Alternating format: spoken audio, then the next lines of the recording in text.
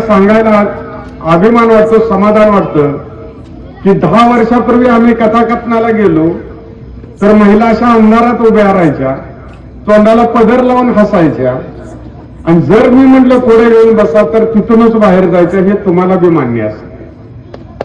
पण आज इथं महिला पायावर पाय टाकून बसतायत, मुली पायावर पाय टाकून बसतायत. 18व्या शतकात मुलींच्यासाठी शाळा काढणाऱ्या सावित्री आईचा सन्मान त्या काळात झाला असं नाही, तर आज 2025 साली 26 साली खऱ्या अर्थाने या महिला पुढे येऊन बसतायत. खऱ्या अर्थाने त्यांचा आज सन्मान झाला. की महिलांना काय वाटतं आणि या समाजाच्या मुख्य प्रवाहात त्या आल्या का, ही गोष्ट आज सगळ्यात महत्वाची असते. आरामशीर नाही तर अगरबत्ती लावताना सुद्धा साहेब असं सरपंच पूजाताई खरोखर अगरबत्ती लावताना 10 वर्षापूर्वी महिला सरपंच ताईनं जर म्हटलं की दीप प्रज्वलन करा, अगरबत्ती लावा, तर त्यांचे हात कापायचे. बरोबर आहे का साहेब?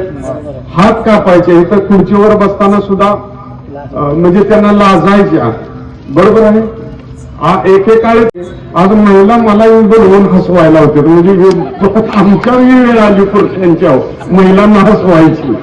एवढा बदल चांगल्या अर्थानं झालेला आहे आणि समाज प्रगतीपथावर निघालेला आहे.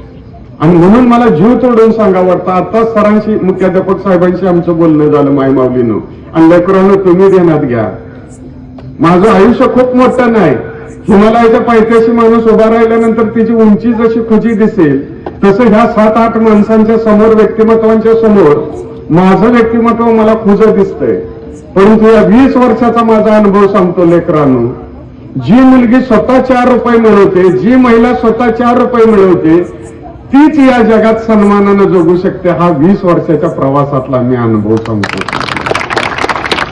आणि म्हणून